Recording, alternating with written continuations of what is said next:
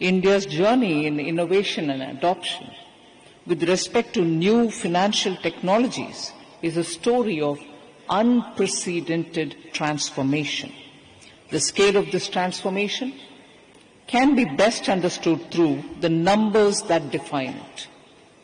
In a span of a single decade, we have connected a population equivalent to that of the entire European Union to the formal banking system, opening over 56 crore Jan Dhan bank accounts. India is now ranked third in the world for the number of fintech companies and also leads in digital payment volumes, having processed over 18,580 crore UPI transactions worth 261 lakh crore rupees in 2024-25. Nearly half of the world's real-time digital transactions happen in India with adoption rates of 87% compared to the global average of 67%. Government of India has leveraged digitization by introducing direct benefit transfers as a system for all its social welfare schemes, which has significantly actually boosted the welfare efficiency by reducing subsidies and leakages. It has resulted in a savings which is worth mentioning to this August gathering. The savings is 4.31 lakh crores of Indian rupees. And between 2014 and 24, this is the saving of 4.31 lakh crores because of DBT being adopted completely by the Government of India, 16-fold rise in beneficiary coverage. So not just your saving, but actually you've reached a larger number of beneficiaries. Technology has facilitated it for us.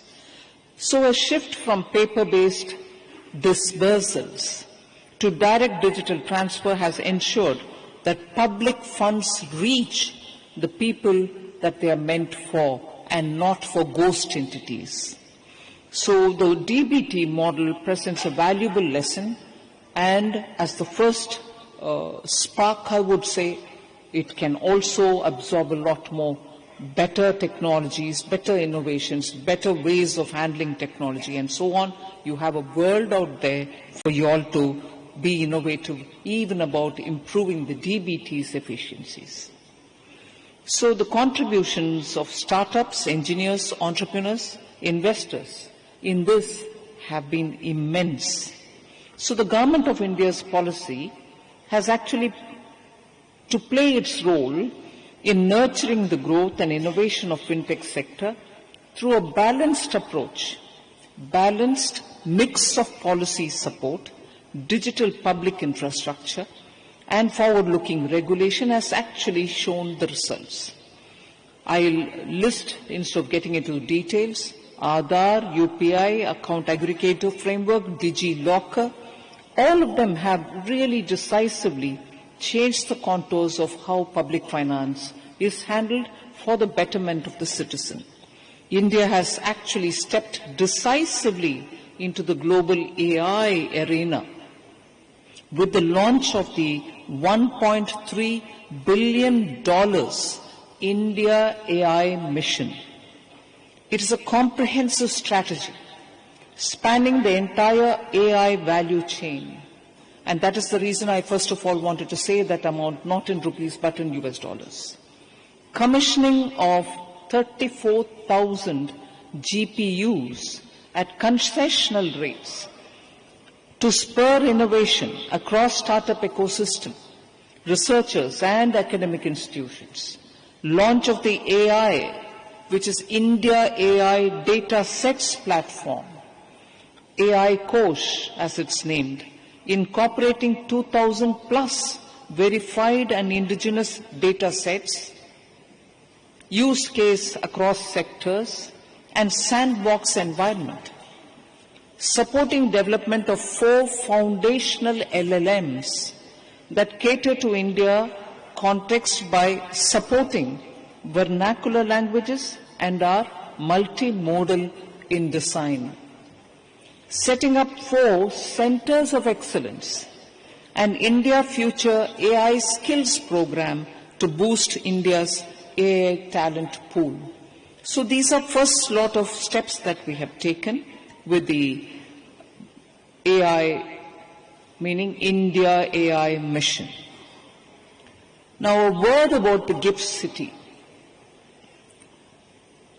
Gift City is a bold vision, an initiative of the Honorable Prime Minister, Shri Narendra Modi, even when he was the Chief Minister of Gujarat. Now it is in a full bloom. It presents immense opportunities to the fintech sector. GIFT International Fintech Innovation Hub is the city's fintech incubator and accelerator where fintech startups can secure funding, obtain legal guidance, and scale their businesses. It has a network of industry experts, investors, mentors, and corporate bodies that will help fintech drive innovation and support them for their growth. Fintechs must leverage, I'll appeal to you all, you must leverage opportunities in the Gift City. In this context, I am pleased to launch today the foreign currency settlement system in the Gift City.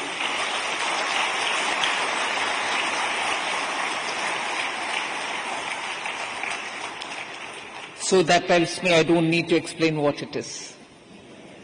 You're quite aware of the importance of such a step, and I'm indeed grateful to the GIFT Authority who are all present here for having come forward on this.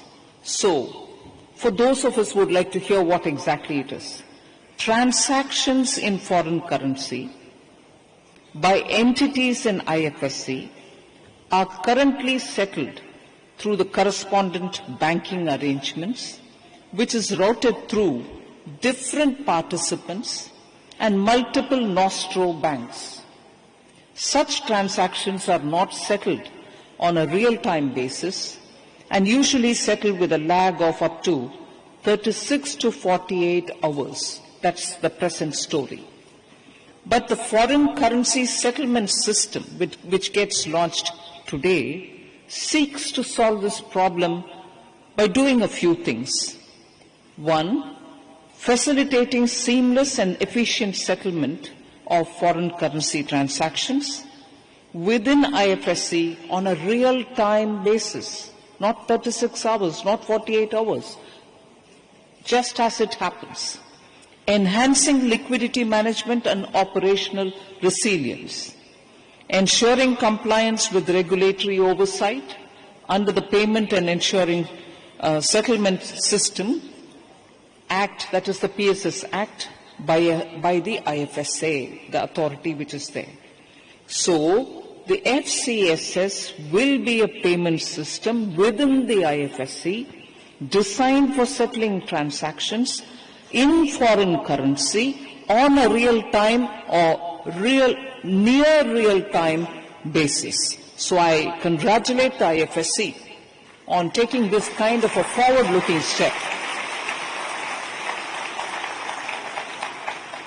So with the operationalization of the FCSS, GIFT IFSC will now join a select list of financial centers that include Hong Kong, Tokyo, Manila, and so on, that have the infrastructure to settle foreign currency transactions locally. So together, these initiatives spanning policy, infrastructure, AI, innovative culture, and also regulations illustrate how Government of India has laid the groundwork for a vibrant, inclusive, and forward-looking fintech ecosystem that is powering India's rise as a global fintech leader. We have also been working to strengthen the factors that support functioning of GCCs in India, including framing appropriate policy framework. India's 1,800 plus global capability centers are at the forefront of the country's remarkable transformation into a powerhouse for technology-driven innovation and impact. Over the past decade, India's GCC landscape has evolved from cost arbitrage hubs into high-value engineering, R&D, and innovation centers, particularly in the banking, financial services, and insurance domain, the BFSI as you use an acronym. India's fintech GCCs are enabling multinationals to, one, launch new digital financial products faster, reduce costs and time to market, and deploy AI-led financial services at a global scale. So India offers an unparalleled opportunity for fintech GCCs to scale innovation, as we have a deep talent base and also a favorable government policy. India offers access to cost-effective and high-quality technical, entrepreneurial, and financial services talent pool. Global financial services leaders have immense potential to build, to scale, and to transform from India through setting up fintech GCCs that not only serve the world but also shape its future, the financial architecture. The theme of the GFF 2025, Empowering Finance for a Better World Powered by AI, is apt given the rapid developments in AI across the world.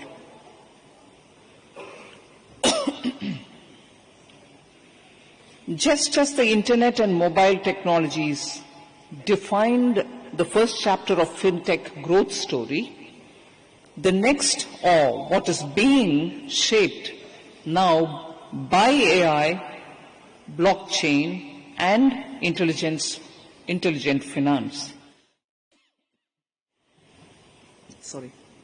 Fintechs must use the technologies to design better product and services. Thank you. Next.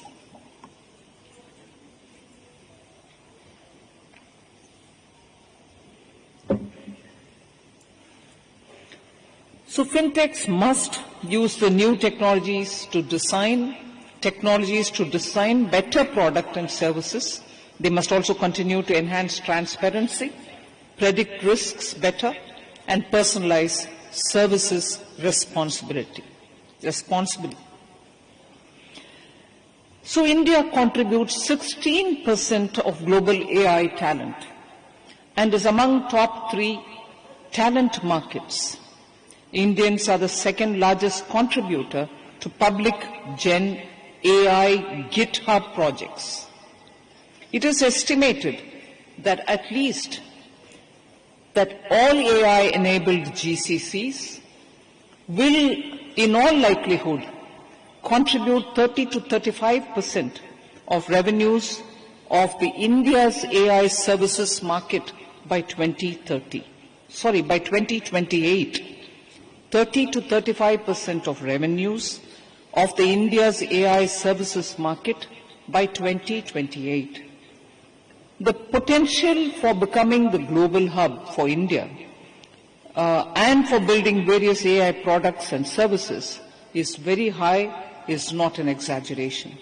Given the large population, with nearly 650 million smartphone users, we should create scalable models for sectors beyond finance, such as healthcare, education, agriculture, MSMEs, exports, and so on. India can also build AI products that fit diverse use cases across the world. It can be a laboratory for developing and testing AI aids. Our AI stack must be rooted in Indian languages, local contexts, and multimodal interfaces so that it can be widely accepted and accessed by our citizens. Focused approach across the AI stack can make India the AI torchbearer for the global south. So as this new wave gathers momentum, fintech innovators, investors and regulators all have a shared responsibility to build systems that are not only innovative but also resilient, secure and inclusive. Undoubtedly, artificial intelligence is transforming finance, transforming governance and also everyday life. But as we harness its powers, we may remain conscious that technology must always serve humanity. Even as AI opens extraordinary possibilities, we must confront its darker side. The same tools that power innovation can be weaponized for deception and for fraud. I'm not personalizing it, but I can say I have seen several deep fake videos of myself being circulated online, manipulated to mislead citizens, distort facts. It was a reminder of the urgency with which we must strengthen our defenses. The new generation of fraud is no longer about breaching firewalls. It's about hacking trust. Criminals are using AI to mimic voices, clone identities, and create lifelike videos that can manipulate people. So, in order to address the impersonation and false representation targeting investors, it is heartening to note that SEBI, in partnership with NPCI, has launched a dedicated @valid, which is a UPI handle for SEBI-registered investor-facing intermediaries, with category suffixes such as .brk for brokers and .mf for mutual funds. Major brokers covering over 90% of investors and all mutual funds have already enabled it. The @valid handle establishes a verified, secure payment channel in the securities market while preserving existing payment options, improving safety and accessibility without disrupting user preferences. So SEBI has rolled out SEBI Check, which allows investors to verify UPI IDs and bank account details, that is the account number plus the IFSC, of registered intermediaries across the UPI, NEFT, RTGS and IMPS before initiating payments via the web portal and the Sarthi application. So the framework embeds responsible use of technology through privacy, preservation, verification, secure processing, audit trails, continuous improvements which are informed by flagged mismatches and user reports. So, this is a good moment, I would think, to reflect on what kind of financial future we wish to build and how do we get there. So I have 4 messages, each with a few details. First, fintechs must essentially focus on the fundamentals, such as revenue growth, innovative product offerings, profitability, risk and compliance capabilities. So within that first message, I would like to add, as many of the fintechs mature, There will be challenges of meeting heightened expectations around financial performance and regulatory compliance, while continuing to innovate in the face of emerging competition. Focusing on fundamentals provides the cushion to continue innovating, investing in R&D, and weathering downturns. Firms that balance innovation with prudence can pivot faster and scale more responsibly. Sound risk and compliance frameworks help maintain customer confidence, which is critical for long-term survival.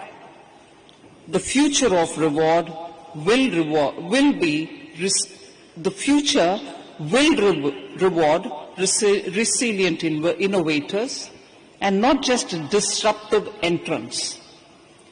The second message, global fintech revenues are projected to touch $1.5 trillion by 2030 in less than 5 years.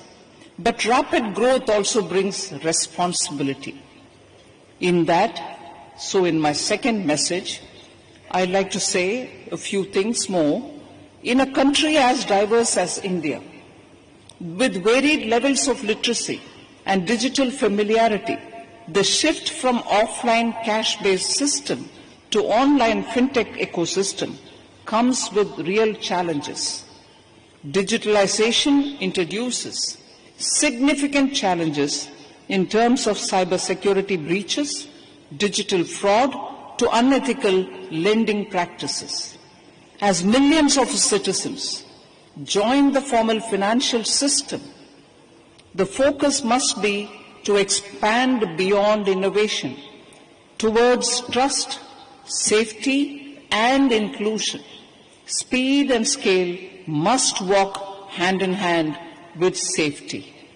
Regulations too must evolve, ensuring that the fintech revolution remains secure, responsible, and sustainable for the long run.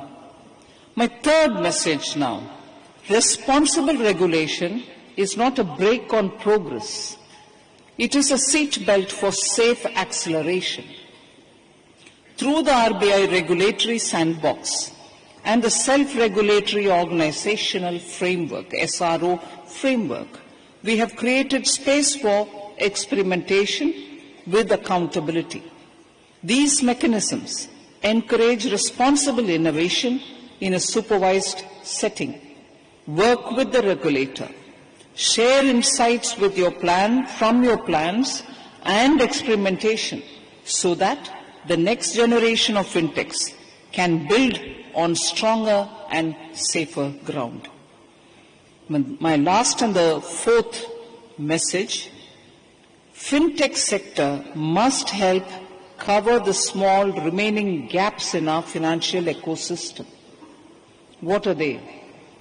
Bring your creativity and technological prowess to solve the persistent challenges of credit access for our MSMEs, financial inclusion for our women and gig workers, and the development of innovative green financing and sustainability-linked products that can empower our transition to a low-carbon economy. After all, one additional observation which many of you all would like to hear with a bit of a hesitation, AI itself requires huge power to run it. You need to have a sustainable green supply of the guzzler that AI is. We cannot overlook that fact. Help us build the tools that will power a secure, sustainable, and equitable future. So to conclude, 3 decades ago, in 1995, India's first ever mobile phone call was made between Delhi and Kolkata. What seemed like a modest technological milestone ignited a revolution that reshaped how 140 crore Indians live, work, and connect. Mobile phone has evolved from a luxury into an indispensable tool of empowerment. Now, it is now India's bank, classroom and television, the centerpiece of its digital transformation, India's digital transformation. So as we move towards Vikasit Bharat by 2047, we must all collectively ensure that technology continues to serve as a bridge and not as a barrier. It must deepen trust, safeguard privacy, and uplift every citizen it touches. To fight the newer challenges, from deepfakes to cybersecurity breaches, we need a whole of the society approach. All of us will have to be in it together to address that threat. Every part of the ecosystem has to play its role. The regulators, the fintechs, the startups, the citizens. Each of us must act with shared purpose and mutual trust. So our national mission must be to create a system that is not only the most innovative and inclusive in the world, but also the most trusted and resilient. So thank you for listening to me patiently. Wish you all the very best for the next 3 days.